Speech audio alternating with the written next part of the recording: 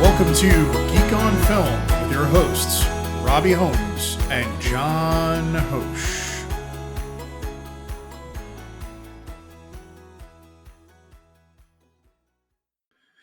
Welcome to episode 26 of Geek on Film. This is Robbie. Hey guys, it's John. What's up? Episode 26. I know it's exciting. I feel like we started off. We weren't sure what the cadence was going to be. I was looking back at it, and I was talking to my wife the other day, and it was so we started August 1st was our first episode, and so we did the 0 episode and episode 1 on the same day because we're silly, and then 3 days later we did another episode, and then a week later we did an episode. Then we took a gap for 13 days, and then we went weekly. So we settled into the weekly format, but it's been really fun to sort of get time on the calendar to talk to you once a week for the last 3 months. Like, it's pretty great. Yeah, because I think we originally talked about it being like a every other week situation, but yeah, I'm happy that it's so far worked out. Yeah. So, and we're starting to hit some really interesting numbers. I think this episode will push us over 1,000 listens. So there's nice. More than your mom and my mom listening, which is pretty cool. It's great to get and mentioning that we would love to get some more feedback from you folks. So head on over to geekonfilm.com. We have our Twitter account. We have Instagram. We're geekonfilm.com on Twitter and Instagram. We're over on Mastodon. So lots of places to talk to us. Also, if you're on Spotify, there's a built-in Q&A process. You can always talk about how you feel about this episode.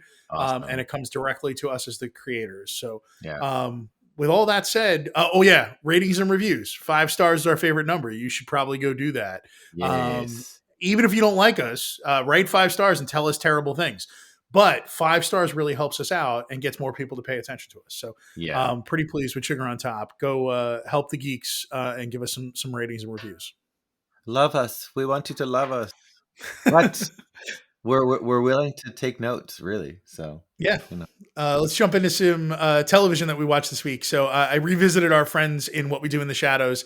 Needed something light and airy. I've had a cold all week. And my wife was away, so when she came home, we wanted to watch something and didn't want to get too deep into things. I feel like everything we were watching has been really heavy. So I revisited a couple of earlier episodes of What We Do in the Shadows, and then jumped back into episode 6 and 7. Awesome. Are the new ones I've watched. I don't know that I giggle more at a show. The episodes that I watched this week included the Vampire Council. Yes, that's the best one. Which is just so ridiculous and silly. It's all these actors who you do not expect to be a part of this show, who've played vampires in popular culture, coming back to reprise their roles. So you've got like Paul Rubens, just so many amazing, like Danny Trejo. Spoil it. Like, you get Wesley Snipes as Blade.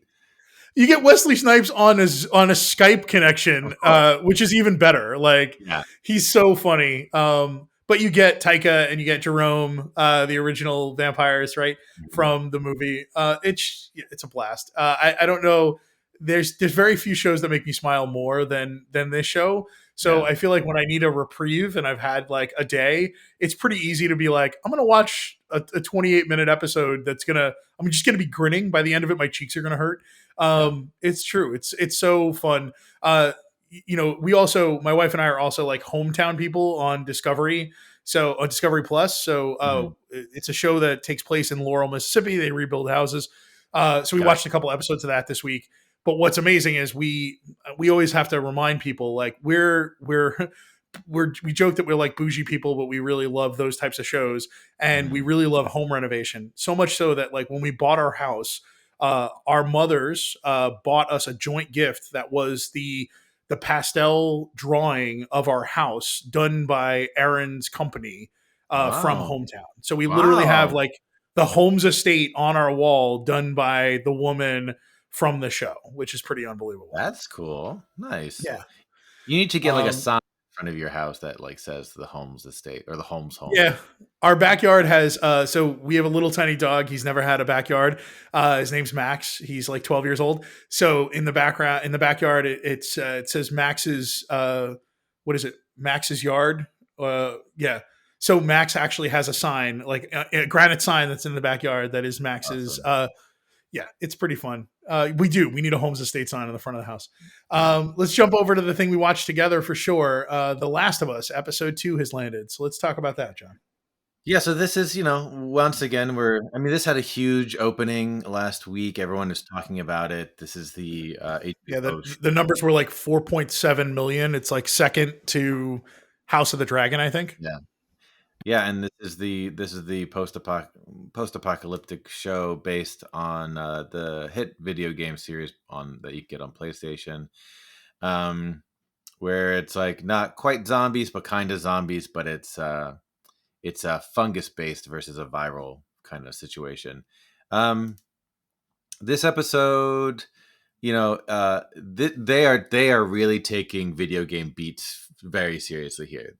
This is yet another level in the video game that I've played where they're trying to get the girl to where she needs to go, and they have to go through kind of like the city that's now overtaken by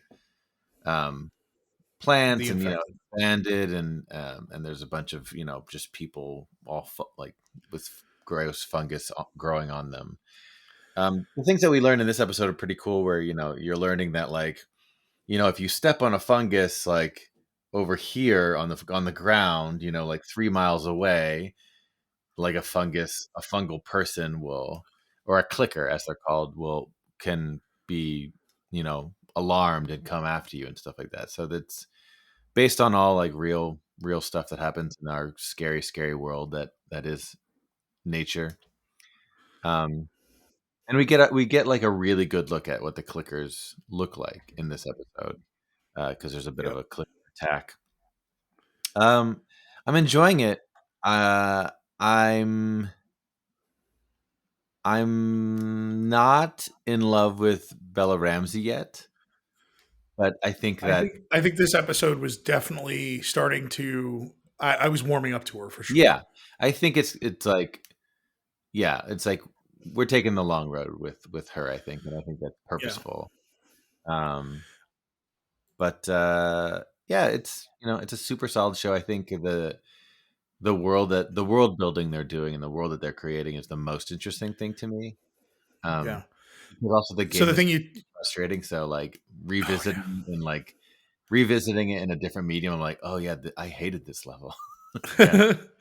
I was laughing to myself. I almost tweeted last night, like, I really can't believe that they didn't have to do this sequence 22 times. Cause like, it's just the way that game works is like you constantly screw up, especially when you're, so the infected, there's at least 3 that they talk about, right? There's this sort of the newly infected, which they often call runners.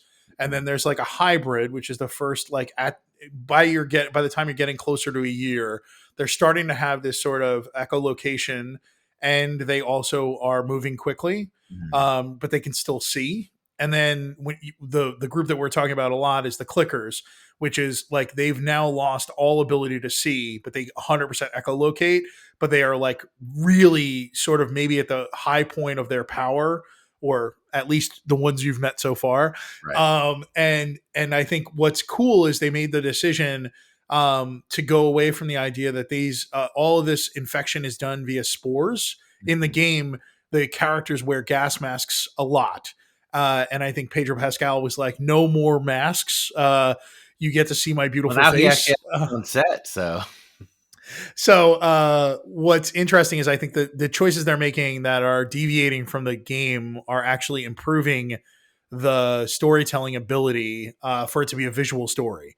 The idea that like the transmission is through a bite, and also through these fibers and sort of absorption.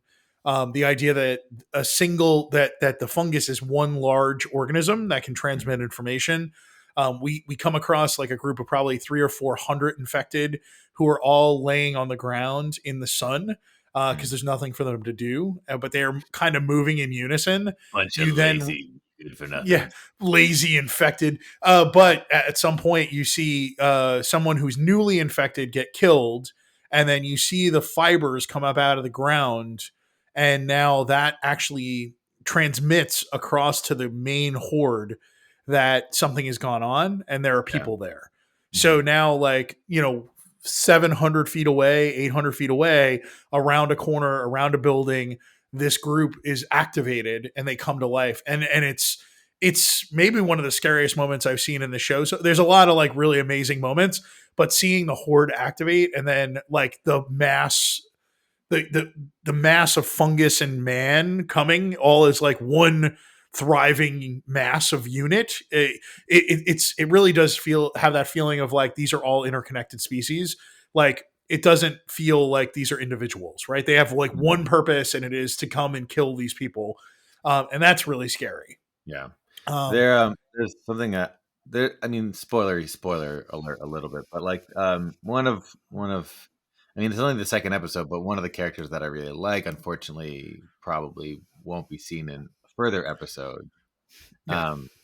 And there's a moment when like they're approached by someone who's like already in the horde and infected, and then kind of they get like embraced into the horde, and like that moment was like it reminded me in a different way of like how in Aliens when like a face hugger like latches onto someone, and it's like there is a visceral kind of like there's like a it's a like I think that Ridley Scott kind of says it's almost like they tried to make it almost like it's almost like a sexual attack, you know what I mean? And like seeing this person like just slowly approach the character and like the mouth open, then the tendrils come out, and then just like it kind of like there's an intimacy to that like encounter that I wasn't expecting. You go from this really like horde of like unbelievable horde of like massive humanity and fungus to this moment of like quiet, like intimate connection, and then absorption into the larger horde is what it feels like. Yeah. It's like bringing someone not just to be like a newly infected, but like to bring them into the larger group is what it felt like. Yeah, it was. I was not expecting that. Yeah, but I really like it. I'm really looking forward to seeing more of it. We're getting closer to the point where I'm like, ooh, I've done this, which I really can't wait for. I can't wait to stop comparing this to the video game because that's all I'm waiting for. If you watch the after the recap, you get a chance to see Neil Druckmann, who created the game, talk about seeing the clickers in person for the first time and how he basically cried. He was like, it's beautiful and scary and exactly what I always pictured, which is pretty awesome. There's a lot of care going into this show is the way I would put it. Like the group that is doing the makeup and the prosthetics, they were interviewed. Neil Druckmann is interviewed for almost every one of these episodes, the creator of the game. And there's just so much like genuine affection for the material they've created, and it comes across. Like I'm getting that parasympathetic feeling of like these people love the thing they created, and it comes across in every one of those like little videos afterwards. And I think they're doing a really like this is something HBO does, but I think this group of people is extremely empathetic and caring, and really love. They've lived with this material for a long time, right? They know that I think they've sold 21 million copies of The Last of Us, whether it's the first game, the remaster, there's a built-in fan base for this game. Sure. And it's because there was so much love and care put into the game, and it worked. And I think Neil Druckmann understands what he has and how special it is. And that absolutely is oozing off of him when he's being interviewed. Totally. Yeah. Yeah. It's good to kind of stay past the credits. And they HBO always does a podcast, a companion podcast if you want to check that out. But you should listen to that after you listen to us. Let's jump over to some films we watched this week. I finally broke down and watched X. Wow! So John's fault finally comes to a head. My wife was traveling, and I sat down and was like, "Well, it's." I have a list on Letterboxd of my 2023 catch-ups, and this is one that's in it. And I So what's cool? We're not sponsored by Letterbox. Letterbox, if you'd like to sponsor us, pretty pleased with Sugar on Top. I'm a patron there. I love the service. But what's cool is you can create a list or a watch list, and then you can say, I would like to give only movies that are streaming on this list, and I'd like you to shuffle them so that way they choose a random movie for you. Oh. And they what it does is it shuffles your list in the different order.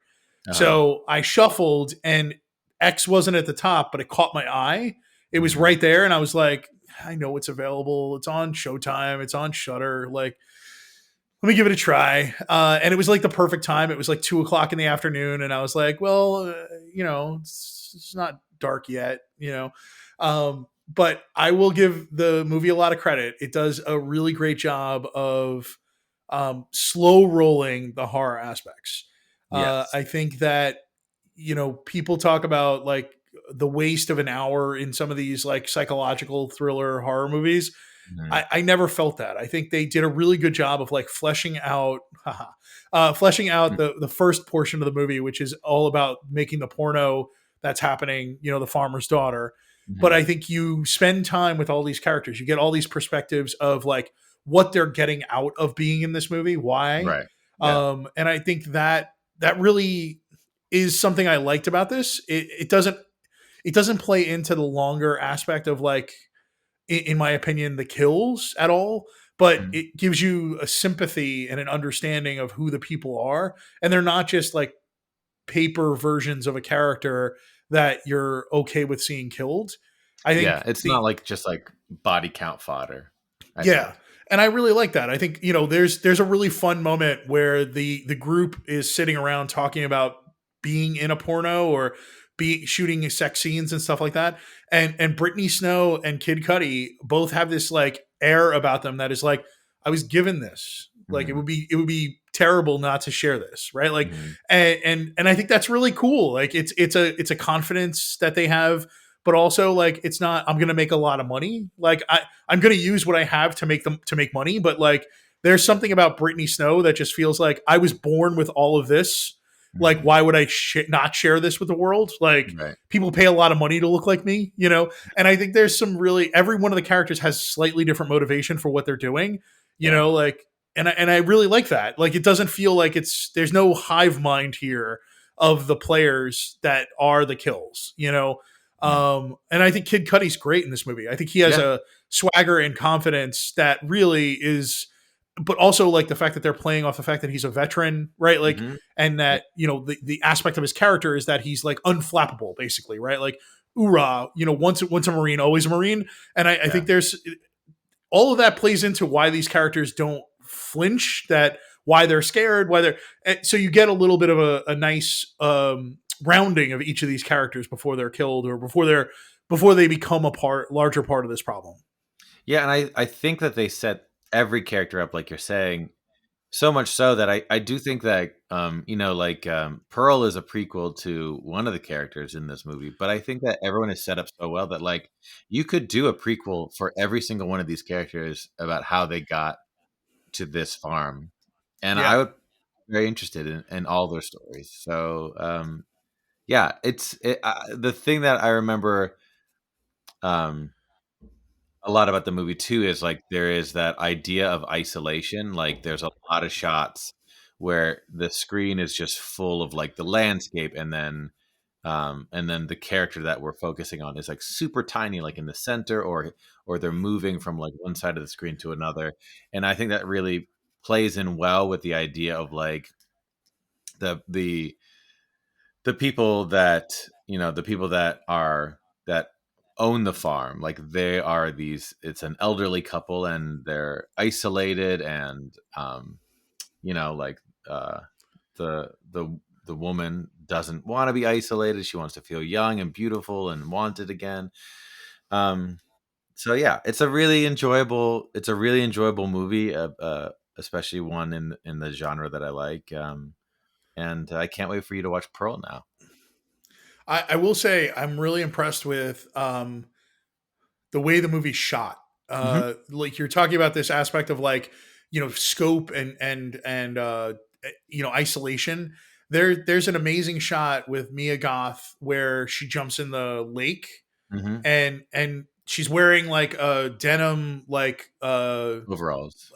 overalls, and she's on this dock and she goes to take them off and the camera pulls far away, and it feels a lot like late 70s early 80s slasher movies, Mhm. like when you get those pullback scenes in like Friday the 13th, but like she's naked but she's this like small like matchstick in the middle of Yeah. this like green forest, Mhm. you know, like, and I think there's something really beautiful about the way they shoot that. It, you know, there's no pulling away from nudity in this movie, but I think the way they handle certain scenes visually, right, it's you're seeing Maxine, like we see plenty of Maxine, but in Mhm. that moment you see how isolated she is, right? You're at the lake, there's no one else around, the lake is all there is in her world at that moment, and then she swims for a little while and eventually there's that shot from above, like this beautiful drone shot where she's swimming back to the dock, and eventually something scary appears in the scene. But even that is so like soft. There's something beautiful about like this overhead drone shot of like it's just lake as far as Yeah. you can see. Yeah. You know, it's Maxine, Doc, and Lake, Yeah. and those they're making some really great choices in the visuals, and the director of photography does a really great job with so much of this. Even the opening shot, right? You open on the frame of the door, right, Mhm. in the barn, in the house, and it's slowly coming out of there. But it looks like it could be a 4x3 framing, like it's set in the past, Mhm. and you realize that the door frame is framing the movie for you. So there's a lot of playing with those ideas that like subtly are changing the way you see this movie, because Yeah. there are a lot of scenes that are shot in 4x3, right? Like the porn itself is shot in 4x3. Like Mhm. we see a little bit of that. There's a television with a preacher on it that is constantly like running in the background on like an old school like black and white tube television. So Yeah. there's a lot of, you know, it's set in 1979, so that's all you would have had. You know, you may have had a color TV, but it was a black and white television. But it's this like beautiful, like antiquated Art Deco-y type television, like with a bulbous like screen. So it Mhm. looks even more hyper realistic. Like it's modern for the 50s, but not Right. Yeah. modern for the 79. So I think there's a lot of that in this movie that I think set dressing makes a huge difference here, right? Like you're set into this, like the whole thing takes place on a farm, but the farm off in the distance you have all those like oil dikes and stuff like that that are in the background that give you a much, they're far away. So every time there's a distance in the background, there's nothing between them and these oil derricks, right? Mhm. Like that's the thing that I think is really interesting is this was shot in New Zealand. So New Zealand is a stand-in for Texas here. And they found a spot that feels like Texas Yeah. when they went there, but also they do stuff with like forced perspective. They like move the eye line for the horizon a little higher at times, which makes the sky feel smaller and the world they're in bigger. I think Mhm. they do some things in camera on purpose that actually add to the isolation and the the Sure. the Yeah. world feeling just a little off, you Mhm. know? Yeah. Yeah. I'm glad you liked it. Yeah. I did. I'm interested to see Pearl. I think I know you're excited about Pearl. I think I'm really excited about the next movie, to be honest. Well, you can't get there until you see Pearl. I know, and I don't even want to name it. So I think the thing that's really, I listen to a lot of interviews with people, including Ty West, and Mhm. apparently, if you went to South by where this debuted, Mhm. at the end of the movie, the original trailer for Pearl played as an after credit.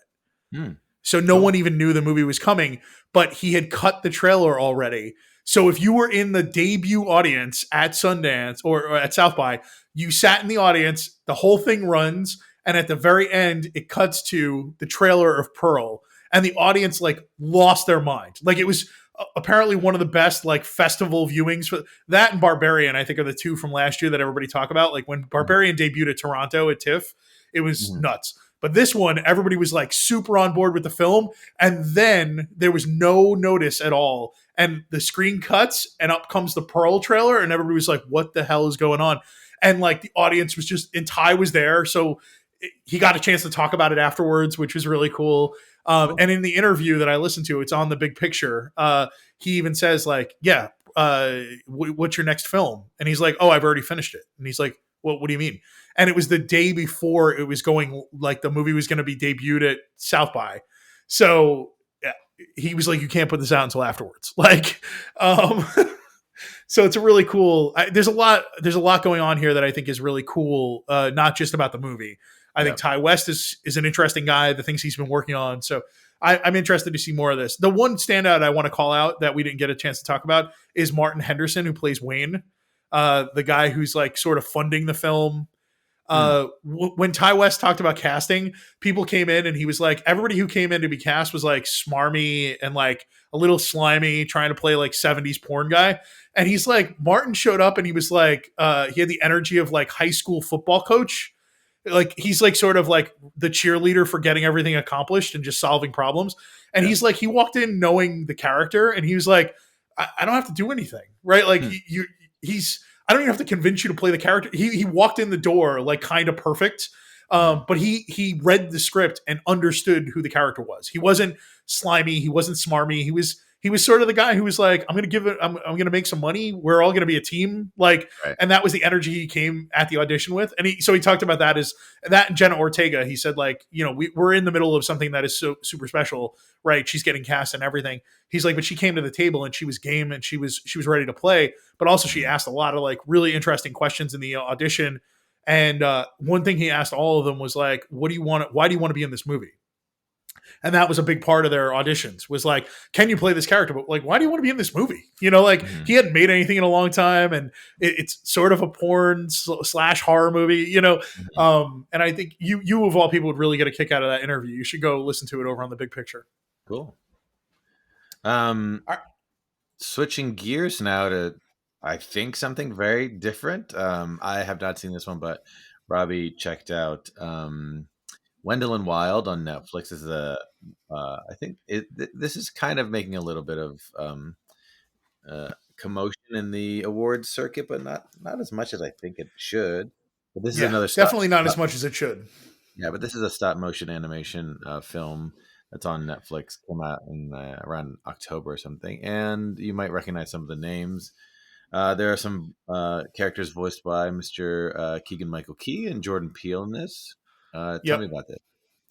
Yeah, so this is a Henry Selick joint. So if you don't know who Henry Selick is, you know who he is. You may not recognize his name, but he is the animator and the main force behind Tim Burton's A Nightmare Before Christmas. He also was the person behind James and the Giant Peach. And so there's a lot of amazing animation that this man has been a part of. I mean, let's I'm gonna like put this out there. Everyone like gives Tim Burton all the credit for Nightmare Before Christmas, but the dude was barely on set for that movie.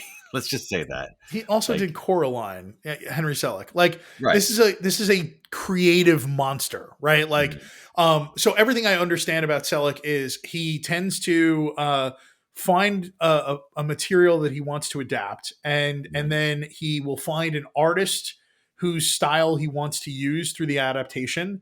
So, you know, Nightmare Before Christmas is very much Tim Burton's art style and a little bit his story, right? Like the story was mostly made in songs, to be honest, if you watch any of the documentaries or anything behind it. But, you know, so Henry Selick is this amazing director who really pulls, and he's also like a Jersey boy, man. He's from Glenridge. So he is this amazing person who can visualize these stories into stop motion animation. But he aligns to usually one specific art style in the stop motion. So like Coraline was designed by a specific artist and the world then came out of that. I think the same thing, if you look at like Tim Burton's Nightmare Before Christmas, you have sort of some base designs that Tim Burton has. And then beyond that, like Henry Selick really creates the world. I think that's what he's really amazing at. The story goes that he saw his kids playing, being mischievous, and he wrote down this sort of treatise for what became Wendell and Wild. They were little demons. And he sort of put it on a shelf for a long time. And then he eventually saw Key and Peele in their second season. And he was like, God, those guys would be Wendell and Wild. Like they would be perfect. And then reached out to them and was able to sort of secure them. One of the podcasts I listened to made a joke about like Keegan Michael Key got the script and he signed his name and he's like, yeah, I could totally do this. I got 3 other things that day, but it'll be cool because that guy just works constantly. And totally. and then you get Jordan Peele just being like, you're Henry Selick. And like, I love stop motion animation. Have you seen the logo to my company? Right. Like, so I just feel like there's a really interesting aspect of the two of them being a part of this, but it takes so long to make animation that they, if you think about it, Jordan Peele hasn't been in front of a camera since long before this movie started shooting. Right. Mm-hmm. He's transitioned to director, producer so what's cool is in the process of them becoming part of this world, Jordan Peele also started becoming part of the story creator. So he and Henry Selick reworked the script and they sort of changed things. Originally, the story was supposed to take place around the nun at the all girls Catholic school.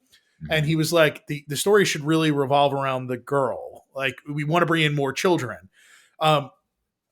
This is a movie that you should watch. It is absolutely one of the most gorgeous uses of stop motion animation. It's different than other stop motion. His type of stop motion animation is very different. It's very angular. It's very it's stylized, extremely stylized. But he also uses like cutout animation, so like paper cutouts as part of this world. So yeah, the story is very convoluted. If I start explaining the story, we're gonna devolve. The movie basically says for like 35 minutes at the very beginning, like, here's a thing, we're gonna put a pin in that. Here's a thing, we're gonna put a pin in that. And you eventually get to the end where it all comes back together, and you're like, I don't know how anybody air traffic controlled this shit back together. Because it's like, almost an hour of like exposition and setup of the world, but then it all comes back together in the end, which is an astounding feat. I think it's dense is the thing I would say about it. Like, the story is dense. The amount of characters are dense. It's not an easy watch, especially if like this world is not familiar to you. I think some of the amazing aspects are there's a character named Raul that is part of this all girls school. And it is because they've transitioned and there's no real talk about that. Like, so there's a transgender character that is just a part of the world, which I really like. And really, it just adds to the world that they're a part of. It feels a very real lived in space for something so stylized and over the top. There's like demon hunters and like, it's just, there's so much going on here. I won't waste a ton of time talking about the story. I will say, it is gorgeous. It is a fantastic use of a voice cast. There's a clique of girls at the Catholic school, and they are not mean girls. They're just a group of girls that want to be friends, which is nice. Like playing against stereotype, in my opinion. Right. Ving Rhames plays Buffalo Belzer, who is the giant demon that Wendell Wild is their father, and they live in his nostrils, and they put hair cream on his balding head every day. But every time you hear Ving Rhames' voice, you're like, that, yeah. It's so charming. There's so much going on in this movie. It has an amazing, amazing cast. It has an amazing soundtrack. The opening sequence where you meet Kat, the character, when she goes to the all-girls school, she's wearing a like worn out and faded Fishbone t-shirt. That should give you a sense of where this music is. It's like there's a ton of like Afro punk. There's a ton of like, the movie is gorgeous. Its use of sound is unbelievable. I love the soundtrack. It has X in it. It is a movie that is sort of made in a lab for Robbie, is what it felt like. Cool. That's awesome. Yeah. You should watch it. I don't know that this is a movie that I think would be difficult for the Oscars to really embrace because of how dense and how specific it is. I think especially in the year where there's so many other movies that are much more feel-goody and a little easier entree into the animation space. I think Marcel is easier to approach, right? Like Pinocchio is a very well-known story. I think Turning Red, right? Like you've got all these movies that are easier, I think, for people to become a part of or to embrace. Whereas this extremely dense, like stop motion animation film made by like one of the greatest stop motion directors of all time is not as easy to approach, is the way I would put it. Gotcha. Cool. Definitely have to check that out. Yeah. When next movie came up on the list in the notes, I was like, what? So this is one I've owned the 4K of for a long time, and finally it was like, well, I guess, you know. So yeah, Luc Besson's. I don't think this did very well, in my opinion, right? Like, but No. Valerian, the City of a Thousand Planets. Talk to me why this is coming up now. What you thought about it? This was the first time you ever saw it, or? Yes, this is the first time I've ever seen this movie. Okay. I am a huge fan of The Fifth Element. And Yeah, I bought this because it was on sale. I bought it. I probably got it for like $8.88 or something like that. It was like one of those days that one of the sites I was on had a sale, and I was like, I've never seen this movie, so I hear it's gorgeous. Let me buy it in the best possible format. And I sat back and was completely apathetic to what should have been one of the most beautiful films ever made. And it has beautiful people. It has beautiful environments. The colors should be popping and gorgeous. It's a little muted for what it was created here. I'm so confused by what they created. The comic it's based on is fantastic. There's so many unbelievable ideas in that comic book. I mean, even like the market that takes place in an alternate universe, those sequences are so well shot. You have like the layers of the worlds. You have the world you're in. You have the world where the market is, and then you have this like third crossover world where a character has a hand that goes through a box that allows him to like be physically in both worlds, including holding a gun on the other side. It's crazy. Those sequences are a lot unreal. of high concept. There's like a lot of high concept sci-fi things in this movie, and I don't remember when the comic came out. I was not aware of it until like I started when this came out. I was like, well, I love Luc Besson, although he is a bit problematic, I guess, nowadays. So I started to kind of like think like research the comic, and yeah, the comic I think inspired a lot of modern sci-fi movies. Yep. And there's a beautiful hardcover version of the comic that like is a really good introduction. It's like oversized. It's the one I have on my shelf. It's really beautiful.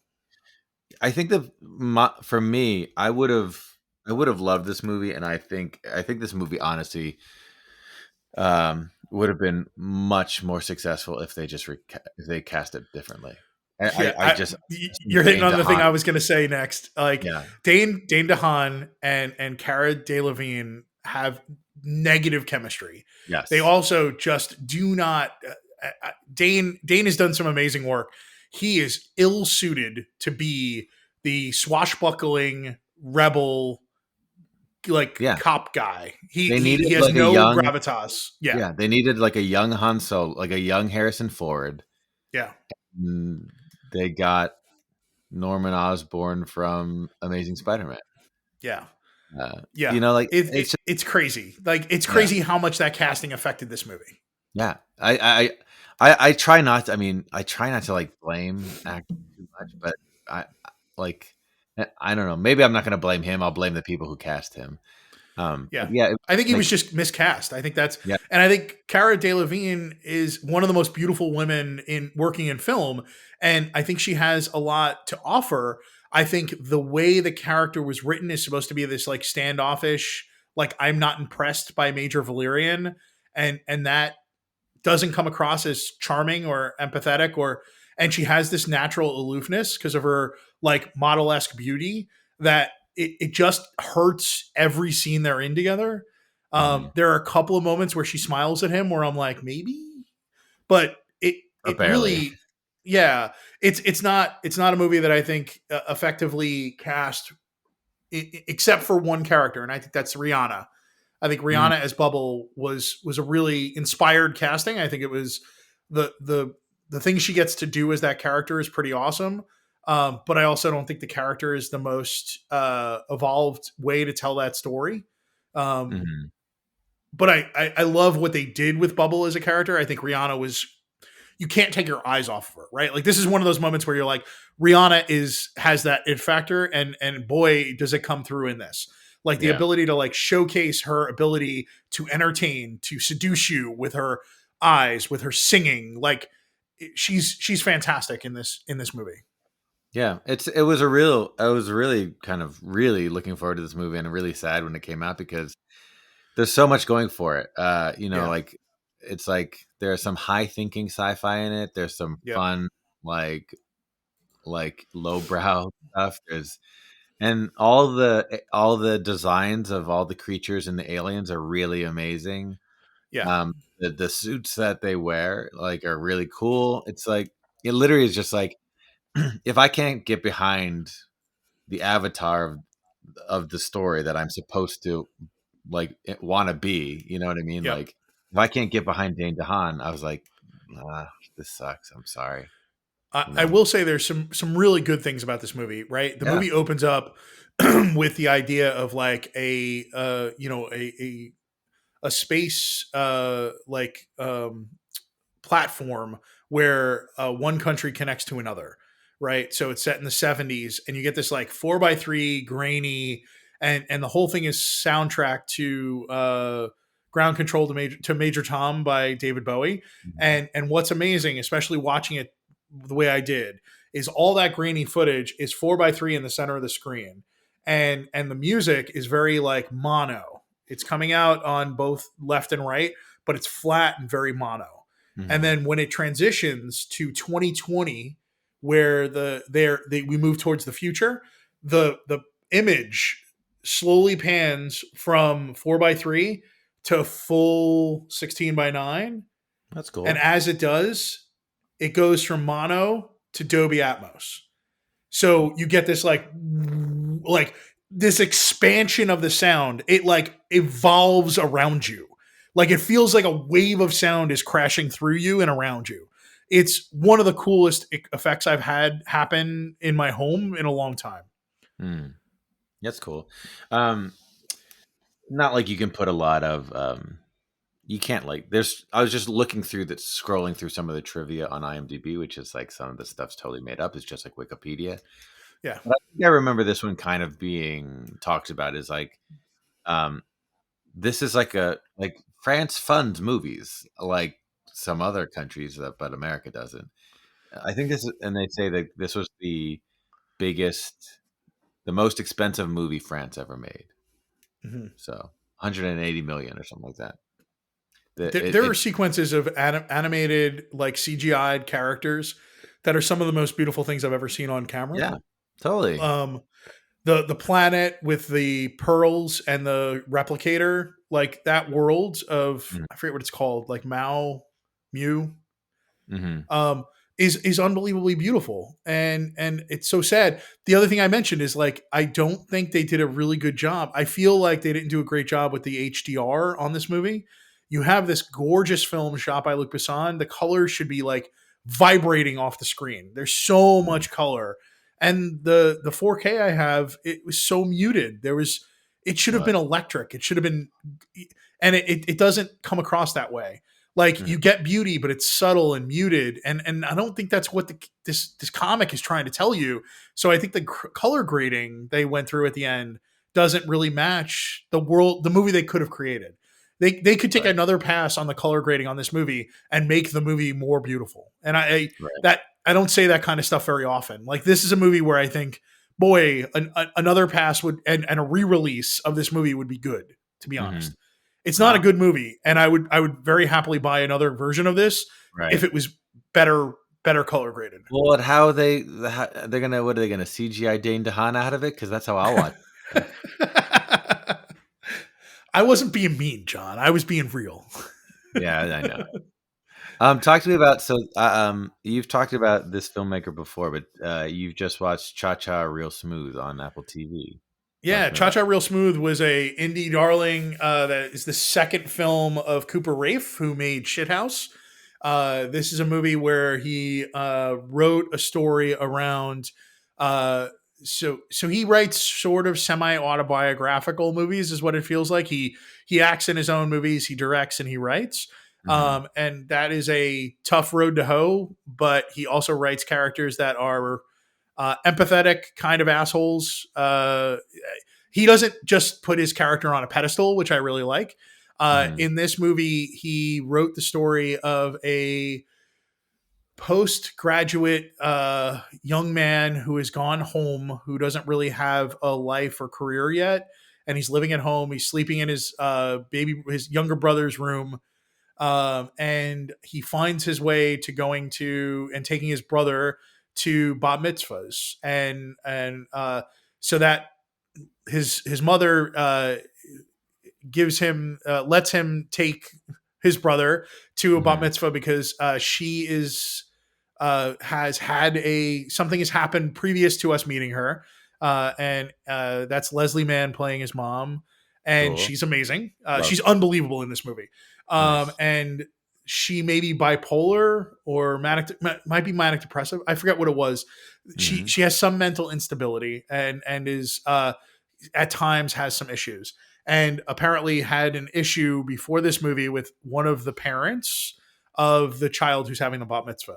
So Andrew, played by Cooper Raiff, takes his brother David to this party and realizes the party's sort of a dud and starts being playful and playing with the kids and getting the kids engaged. And then sees a beautiful woman and her daughter sitting off to the side, and it's Dakota Johnson playing Domino and Vanessa Burhart playing Mm-hmm. Lola. Cool. And he goes over and he tries to convince them to come and dance on the dance floor. And he's like, "Listen, I bet you $1,000 I can get you guys up and dancing before the night's out." And Dakota Johnson very pointedly says, "Like, I will pay you $300 if you can if you make this happen." And it turns out that Lola is on the spectrum, has autism, doesn't really like to engage, doesn't, this is not the world she likes to engage with, but she likes to be at these kinds of things. And he ends up getting Lola to get up and dance with him. And Cooper Raiff is playing with Domino and playing with Lola and playing with his brother and playing with everyone. Like he just has this ease at the party that you don't see from adults in this space. He's kind of part child, part adult, is the way I would put it, and Mm. it leads to him being offered to be like a party starter Nice. at the rest of the kids who's theirs bat mitzvahs. The movie has so many beautiful and poignant moments. I think Dakota Johnson, her character of Domino, could be very one note and could be very like cliche, and she is Mm-hmm. 100% not that. Dakota Johnson is phenomenal in this movie. I mean, we talk about, I talked about the it factor with Rihanna. There's not a moment in this film where you are not falling in love with Dakota Johnson's character from the Mm. moment you meet her, from the moment, like, and it's all because of the way that Cooper Raiff is seeing her, is framing her. I think he has this innate ability to like give you his perspective, which is why I think his movies really resonate with me. And Lola, the actress who plays Lola, is on the spectrum and is unfreaking believable. Like Cool. her relationship with Andrew is beautiful and is and he fumbles, he makes mistakes. She like gives him shit, right? Like there's a reality to the way they interact that is unbelievable. Very cool. I loved it. I absolutely think I am on the Cooper Raiff train. I will watch anything he's a part of. I think at some point he's probably going to have to focus on the writing and directing aspects and less wearing all of the hats. I think Mm-hmm. his ability to sort of do this at his early portion of his career is giving him perspective that I think is going to be really valuable going forward.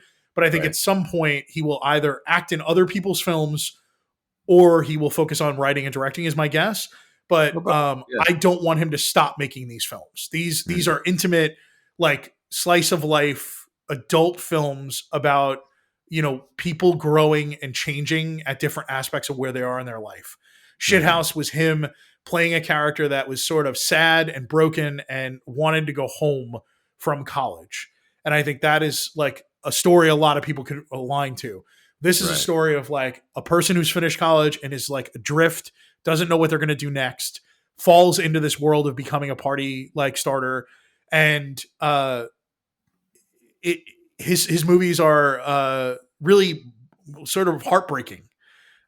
He learns, he's sort of, he does dumb shit, Mhm. uh, but I think there's a protection of these movies never get to the point where it's like you're cringing because something goes too far. You're cringing because you can empathize, or like, or you see the world is seeing him differently than he sees himself, and I think Mhm. that is really powerful.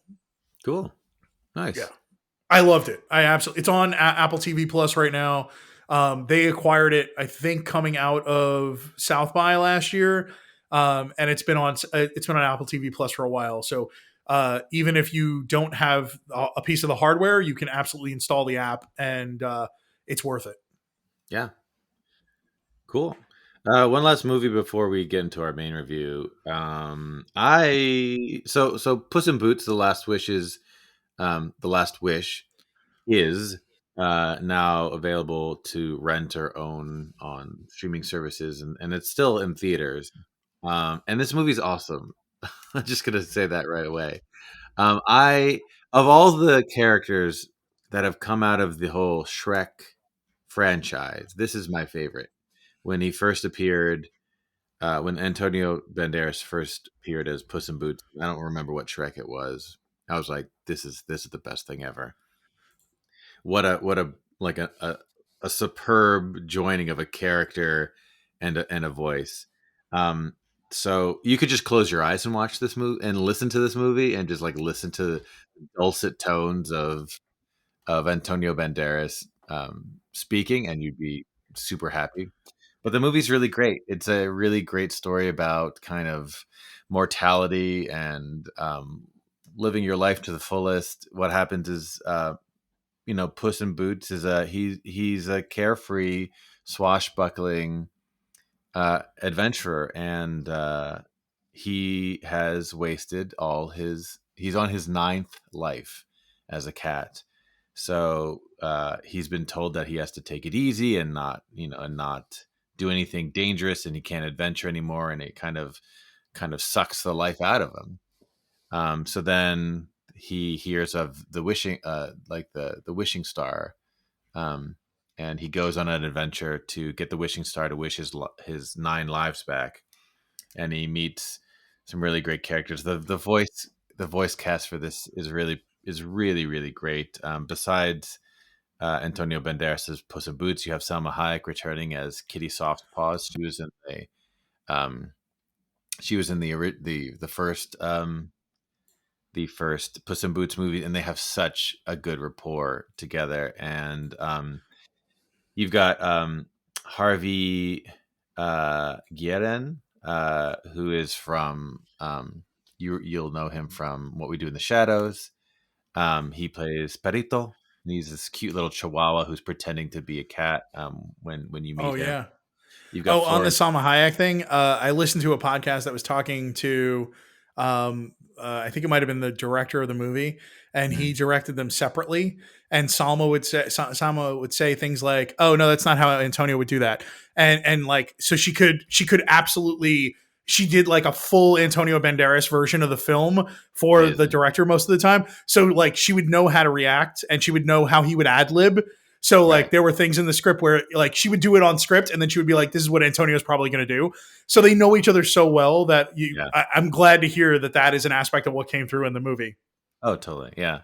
Not only that, you have so kind of one of the antagonists, or a group of the antagonists, is Goldilocks and the Three Bears, and you have Florence Pugh as Goldilocks, you have Ray Winstone as Papa Bear, Olivia Colman as Mama Bear, Samson Kayo as Baby Bear, and then you have John Mulaney as Big Jack Horner, not Little Jack Horner, because he doesn't want to be a little boy anymore. So he's like, it's very very funny. Like this world continues, like this whole Shrek world continues to like subvert fairy tales, but then embrace them at the same time. Um, and this was the first of the kind of Shrek films to kind of embrace a lot of what they did in Into the Spider-Verse or Spider-Man. What was the first one called? The second one is Into the Spider-Verse. Is that the second one or the first one? I don't The remember. second one is Across the Spider-Verse. Oh, but so Into the Spider-Verse, like where there are like a little bit of different animation styles. It's not as conventional in some points. The action sequences in this are amazing. The first scene before, like when credits go or lights up, we meet Puss in Boots again. He does a musical number and he fights a giant, and it's like the action, the way the camera follows him around, what they have him doing is like so amazing. Um, this is like definitely one that like I think should be on the top of everyone's list to watch. It's really, really enjoyable. Anyone could watch it. Like you could watch it with kids. You could watch it. I watched it by myself, obviously, and it's fantastic. It really is. It's And one that we had debated about it being the main review. To be honest, yeah, I definitely spent a little time trying to figure it out. and like so, Death is a character in this, and he's played by a wolf. I don't think he's the big bad wolf, but he's a wolf, and it's such a cool interpretation of death. And also, the soundscape in this movie is really great too, because like whenever Puss in Boots like whips out his sword, it makes cool like swashbuckly sounds, and then the wolf has these two giant sickles, and just like when he takes those out, there's like this like really intense like metallic-y sound effects and stuff. I don't know. It's just really great. It's a really, really fun movie. I would highly recommend it. I am interested in seeing this. I think what what's held me back is I don't know that I saw the first Puss in Boots, so I've been trying to figure out if I would like to sort of revisit the sort of Shrek introduction and then Puss in Boots the movie and then this. Well, I honestly think that the Puss in Boots stories are they're kind of like novels where you could just like it doesn't matter which way you read them, you'll enjoy Mhm. them either way. Like if you see this movie first, you'll enjoy everything about it, and then if you go back and watch the first movie, you'll be like, "Oh, uh that's how Kitty Softpaws and Puss in Boots met for the first time." Or I Yeah. don't even think the first time they met, it's just that um it's like they've had a long feud kind of thing. Yeah. But I think I mean, if you were to just watch this one, I mean, I haven't seen Puss in Boots in the longest time. And they don't leave you out. They don't leave you stranded. It's like anything in this movie is like they give you enough information, and the story is written really well so that like you're not like, wait, why is this happening? Oh man, now I got to watch the first one. It's all like in there for you. So, but I honestly would also to me, I would skip the Shrek movies because I'm not a like I can only do so much ogre. Yeah. But I mean, this he's a orange, cute, swashbuckling kitty cat, and he uses it to advantage. So I'm all about more Puss in Boots movies. Cool. I'm excited. I will probably watch it. I feel like there's a little bit of a lull in the next week or so. So it might be one of the things I pick up. So Cool. let's jump over to our main review. We're going to spend some time probably praising Women Talking, is my guess. Mm. I got a chance to see this film back at Middleburg. I was really excited to see this film. It was, I mean, I don't want to like really put the cart before the horse here, but this is probably my top film coming out of Middleburg. It was probably the best film I saw there. Mm. I think it was one of the most moving experiences I've had in a theater when I saw it the first time, and I rewatched it. I went and saw it with my wife, and I will say on second watch, it is as devastating or more devastating as you see the movie unfolding the way it does. And now you know where the next scene is going to be or how something's going to be, what's going to turn, Mhm. and how people are going to, how the way their character is talking about something now is going to transform. I'm so impressed by the movie itself. The directing is so unbelievably confident and uh not even confident. It's powerful. The way the camera moves, the choices that are being made in a sort of single location shoot. I was really impressed on revisit of this movie, knowing that it was basically shot in a green screen box. Is unbelievable. Yeah. So for people who aren't familiar with the movie, it's a movie that is about. I, I first off, this is a Mennonite colony, right? This is not an Amish colony, Correct. It's a correct? Mennonite colony. Yep. Yes. So what the movie is about a group of women in a Mennonite colony, and what has been happening for years upon years is um, not only physical abuse but sexual abuse, sexual trauma uh, that happens in the middle of the night, and these women are abused. They don't know who their abusers are. They know that they are in the community, and they are forced to bring if through through rape, if they are impregnated, they have to bring this child to full term, and then um, it's a really hard movie, Yeah.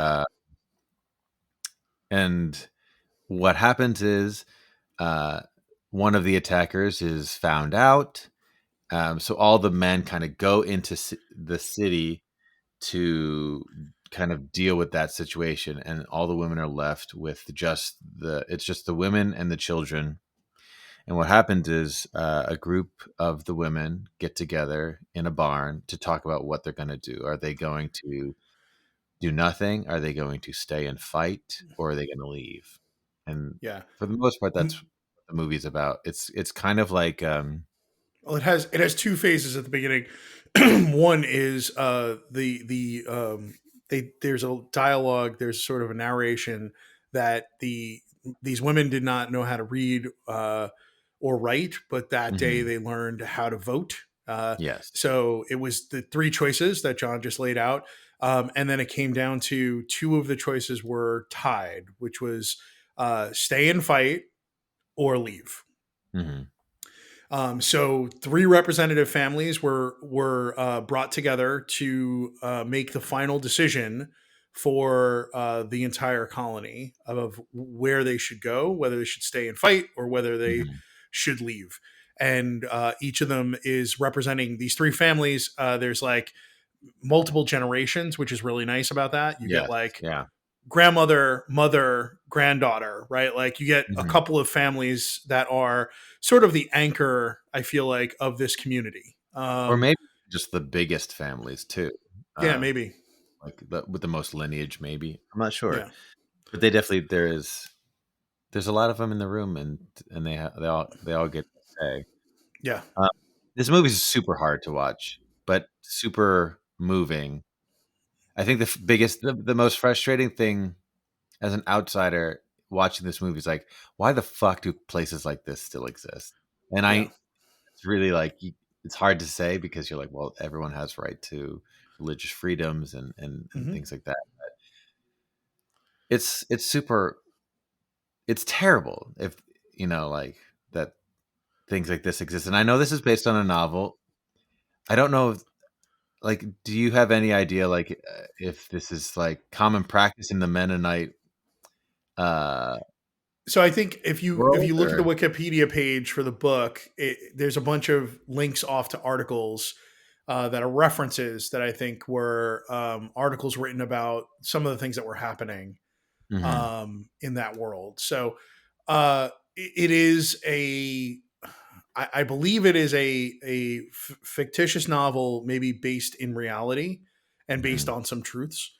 right. I think the thing I want to really focus on with this movie is there's been a lot of back and forth, especially in the critics world, about sort of the choice of color grading. The second time I get to talk about this today, the world feels very washed out. It's very Sure. sort of Yeah. monotone, and there are these very wide shots. Like Mhm, it's these extremely wide use of camera lenses, which I think is actually showing the world. It's showing that the world could be bigger, right? I think there's a lot of, again, some choices in the cinematography and in the choice of colors here. Mm-hmm. Is there's this world is sort of a world of grays and mauves. It's a drab world that these women that we're spending time with live in. Mm-hmm. They are the light in this space. The women and their love for one another, their support of one another, their understanding of what one another has gone through is what is beaming off the screen, not the Mm-hmm. world. Um, there are some amazing performances in this movie that I think really need to be shouted out. I think you've got, the cast alone is unbelievable. This is the movie that I've been pushing from the very beginning this year, that there needs to be an Oscar ensemble cast, because this is the movie. I If mean, I had seen this movie last year, yeah, this would have hands down my. I would have been like, well, best ensemble, 100% goes to this. yeah. There's also some amazing individual performances. The one that we should talk about that's probably a surprise is Frances McDormand is in this movie as Scarface Jans. Mm-hmm. And she is a producer on this film. And I think she very smartly leaned in to get this movie made. I feel like her being in the movie added some weight to it. I think as a producer, she's producing it. The character is a very small character, but very instrumental in one perspective of what they could do. And I think Yeah. she has this weight and gravitas to when she's performing, that you realize I'm so glad that she took on the burden of that role, right? Because her thought is forget stay and fight. It is do nothing. It is, and that is a hard stance to take for us as the audience. But she believes that they will end up in heaven, right? It's all about forgiveness. That is what religion is all about. And it's a very powerful small role, is the way I would put it. Mm. I don't think that she even would have a shot at Best Supporting Actress. But the weight of Frances McDormand, she's only in the movie about 8 or 10 minutes, but she really impacts the story, and the moments you see her are really impactful. We come back to her later. We see her with her children. There's something really awesome about, because there's a lot of bigger, showier performances, but I didn't love three billboards. I thought it was good, but I think she was great in it. I think Nomadland was not a movie I really loved. I think she was great at it. Right. I think this is one where I think the movie is great and she brings a lot to it in a small role, which I'm really excited that she was a part of this. Yeah. I mean, I think that, I think I'm very happy that she's attached to it, because I think then the movie got made, to be Yeah. honest. Um, and I think that I don't share the same love for her as you may have, but I do have the feeling, thinking about this movie, where it was she held so much weight in the room, and I was Yeah. really happy when she was gone. Yeah. Um, and so and if that's what the character needed, then she accomplished that in spades, because Well, I think she was the ultimate contrarian to the rest of the women in that loft. sure, Right? yeah. She was the lone dissenter that was stay and do nothing, is what it felt like. And Um, her family is important. So I think her voicing that, giving us that perspective, and then basically leaving to let the rest of the conversation happen was an important aspect of this story. I mean, in a way, it was kind of like, hey, I'm Frances McDormand. Now Yeah. go appreciate these other female actresses, kind of thing. It's like, I'm gonna get out of the way so that this movie can really take off. And Well, and can cook. I mean, you let yeah, Rooney Mara and Claire Foy and Jessie Buckley are. I mean, any one of them could be nominated for Best Supporting Actress, in my opinion. And that's not to take away from Sheila McCarthy. And every time she was like, "I need to tell a story about my horses," she's unbelievable. She has so much weight and softness to the way that she plays that character. And then Judith Ivey as sort of the maternal like godmother of the community. hmm It just there's so many, and all the way down to the young girls, right? yeah. Well, even Kate Hallett and Liv yeah, McNeil, right? hmm and yeah, Michelle McLeod has she's they all have different experiences with their trauma, and they're all dealing Yeah. with their trauma in ways. And I think that that's really important and really exciting to watch on screen and kind of show that everyone deals with things differently. And it's really interesting. Like Michelle McLeod is a character who smokes. She has panic attacks, whereas Yeah. like Jessie Buckley's character, she is one of the ones who is like, we stay. We're not going. We have to stay. She's a And volcano of emotion. she's Like, very, yeah, she's like very angry. She's very sympathetic, and there's a scene where Michelle McLeod's character kind of has a panic attack. I would classify it as a panic attack or an I think anxiety so. attack. And Jessie Buckley's character like calls her out on it, and she's like, "Why are you the only one who like this happened to all of us? Why is it only happening to you?" And it's just a really interesting kind of moment of just like, yeah, because we all deal with our traumas differently, and everyone's trauma was different. For example, and uh Sheila McCarthy's character, Yeah. she's an old woman, and this is still happening to her, I believe. And she got Yeah. her teeth punched out Yeah. in the middle of the night. And she's Yeah. like, She wait, has dentures that are too big. She ends up taking yeah, them out and apologizes. But then yeah, in that moment, we see a flashback to her hand holding teeth and blood. yeah. She And like it's while up she's and like older. spits, yeah, she like wakes up and spits a bunch of teeth out. Yeah. It's terrible. What's happening to these women in this colony, and yeah, it's just like in the beginning, you're kind of like, God damn it, just fucking leave. Yeah. But you go on this journey, and you all the characters get a really great spotlight, and you really get to like know all of them and understand that they're also generationally been kept in the dark. They've been Yeah. kept uneducated. They've been, Yeah, they don't even trained. know where they are in the world. They don't have Yeah. any concept.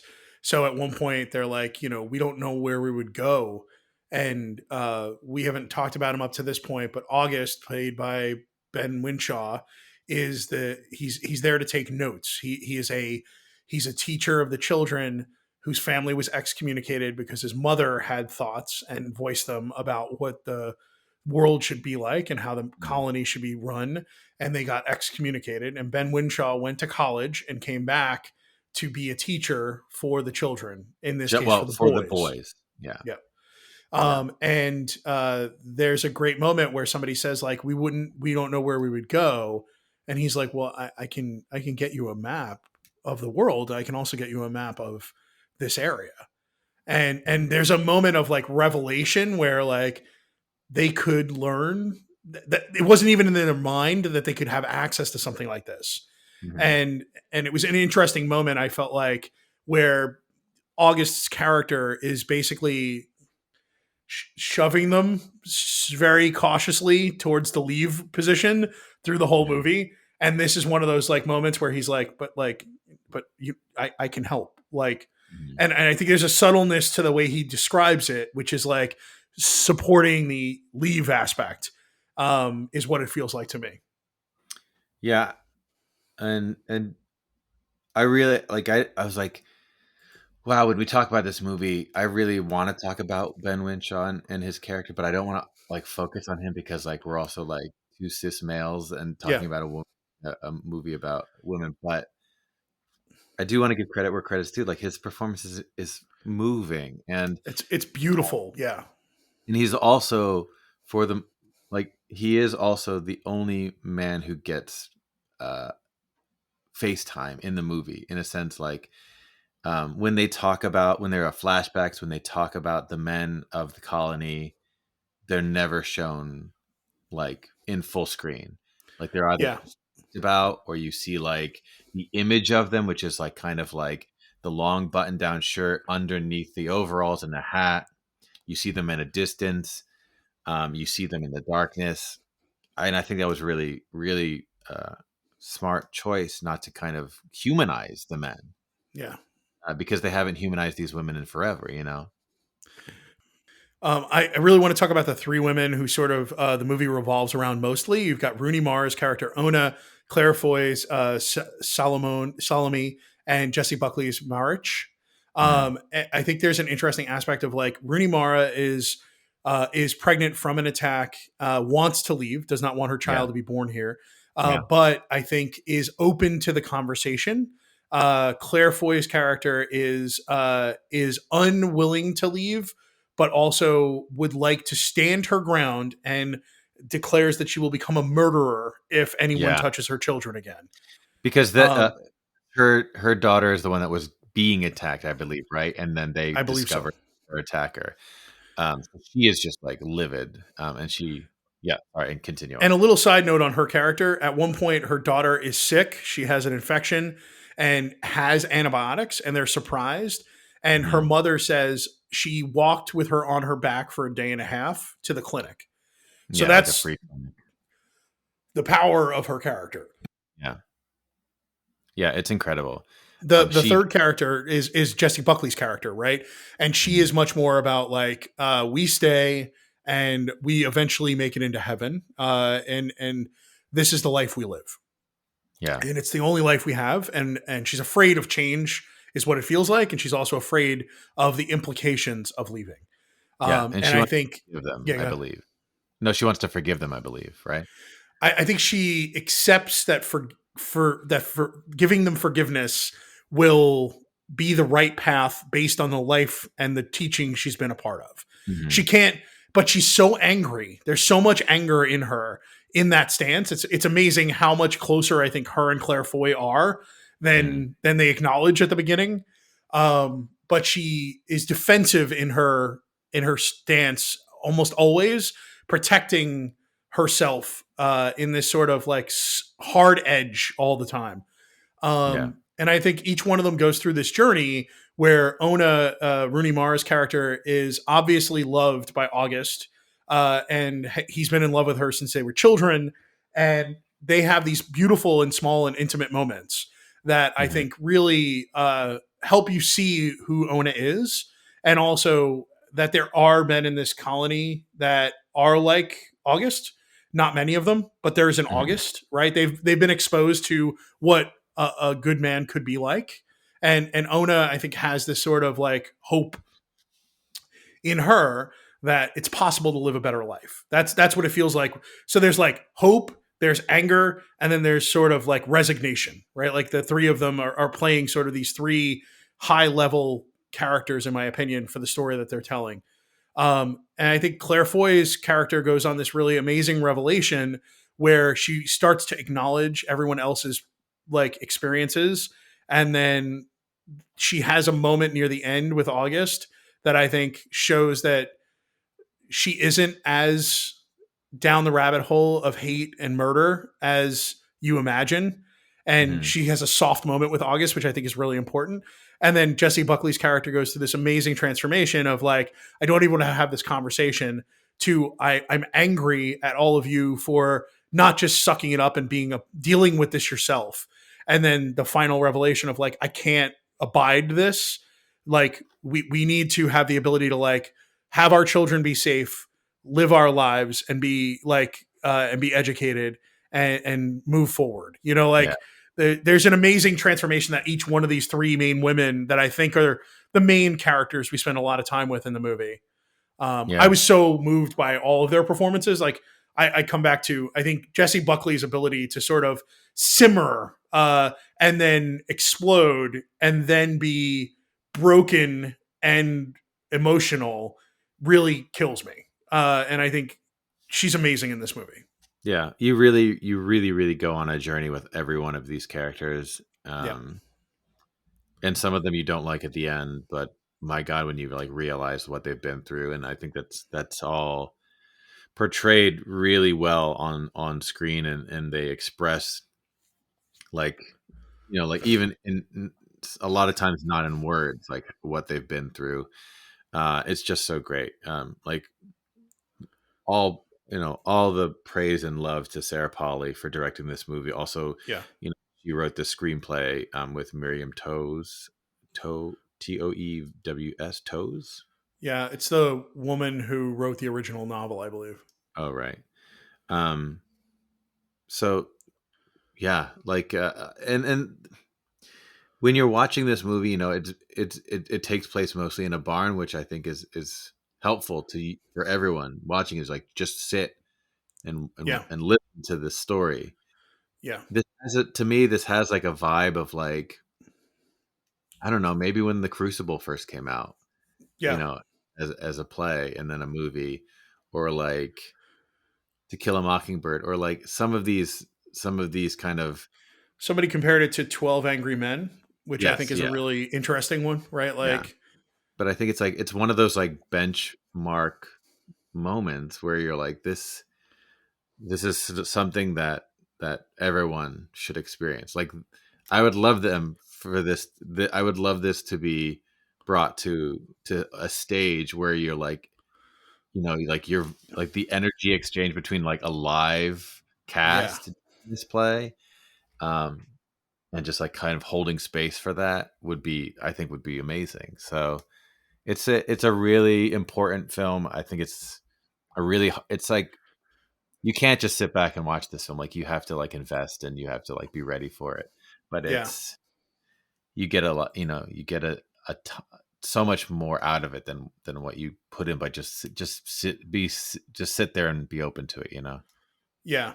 I think this is a movie that is going to, we talk about movies that are sort of a little disposable. This does not feel disposable. This feels like, it is sort of an amazing amount of actors at the high point, or that are heading towards the high points of their career. Mm. It's also a story that I think is super important to be told. And I think it's amazing because I listened to a couple of interviews with Sarah Polley, and one of the questions she was asked is like, do you engage with the writer of the book when you're adapting like this? And she said, yeah, actually, one of the first things I did was ask, like, what is the most important thing you don't want me to lose? And she Mm. said, the humor of the community, right? Mm. There's an aspect to this that is like, it's not, don't portray them as this cult of like, sad religious women, Mm. like, there's a love and intimacy and affection and humor that they have with one another, that is written Yeah. in the book, and it comes across. There's like intimacy and love in the way that they comfort one another, right? Like when they're telling their stories, there's a physical affection. There's a setting a hand on a back. And that is captured in this movie. And I really hope that more people see this film. I'm Yeah. so disgruntled with the rollout of this and distribution of this film. I don't understand what they ended up doing. There was talk of it being released in the beginning of December, and then Well, that it was going to go wide by Christmas, and I don't understand what happened. I think it's actually hurt the cast. I think it's hurt Sarah Polley, and their chances for more critical acclaim and more yeah. acknowledgement at the award circuit. Yeah, I mean, this movie coming out in January, it's gonna be tough for this to like just be remembered when next year's award season comes around. But I hope that like I Oh no, it's part of the 2022 release schedule. oh, it It is. released Oh, in okay. December. Yeah. So the problem Oh, it here just didn't get is, a wide release. Oh, right, gotcha. it's wide release didn't happen, and even today, right? Like I live within driving distance of 5 theaters. It's Mhm. only in two of them, and one I never go to because it's actually not in my area. It's actually distance wise, it's a lot further. It only takes about 45 minutes for me to drive there, but when it comes down to it, it's not one I ever even think of going to. Yeah. So this I had to see at Angelica. It's the only one it was available at, and I have a Cinemark, I have a Alamo Draft House, I have an AMC, I have a Regal, I have all of these theaters within driving distance, and the only one that had it in my area that I think of when I think of going to the movies was the Angelica. Yeah, I had to go into New York to see this movie. There's no in the suburban area which I live, it's not playing yet. Yeah. Hopefully it will later, or they'll stream it somewhere or Yeah. something. If Um, you haven't been dissuaded by us, I suggest you go see it. I can't champion this movie more. I think it's a powerful and important story. I think it's extremely effective and amazing storytelling by Sarah Polley, and I think the cast is just sublime. I think there's beauty and power and some of the most subtle, caring like performances I've seen all year. I was extremely moved by this movie. Yeah, I couldn't agree more. There's more we could talk about it, but you should go see it, I think. Yeah. We'll just stop it there. I think pretty pleased with Sugar on Top. Go see this movie. When it comes to streaming, stream it, show it to your family. I think it's one of those movies that'll inspire a lot of conversation. And I hope coming out of this that Sarah Polly gets more opportunities. She had so in one of her interviews, she said that she had given birth to a child and then had a concussion that affected her for like 3 years, and she Oh my didn't think gosh. she would even ever be able to be on a set and leading a movie again. And they told her like, why not find a way to make life balance happen for you. So the production company and the people who were involved were very supportive of her, and I'm so glad that they gave her the space and the opportunity to do this. I'm really hopeful to see what she does next. Yeah, I mean, talk about a girl who came from Go and Dawn of the Dead to, like writing and directing this. Like she Yeah, acted in those movies.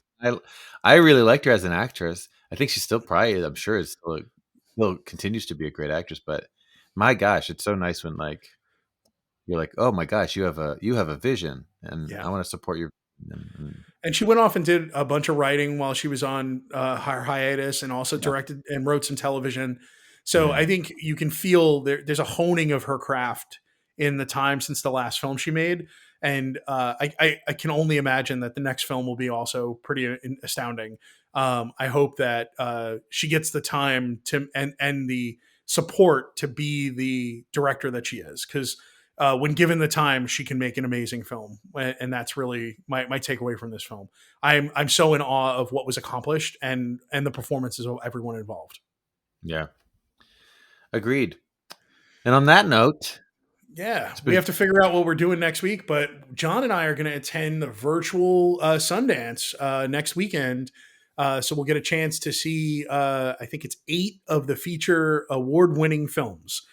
So we're not sure what direction we're going to go. It may be a recap of Sundance. We may squeeze in a film and choose to do a main review of something else. Mhm. But it will be a jam packed show. I am sure of it. I look forward to talking to you, John, about Sundance and anything else you have to say. Uh, that I enjoyed this conversation. I enjoy this conversation every week. Hopefully, everyone listening enjoys it, and I thank them for listening. Thanks, folks. We'll see you next week. Adios. This has been a Geek on Film podcast. Thanks for joining us. See you next time.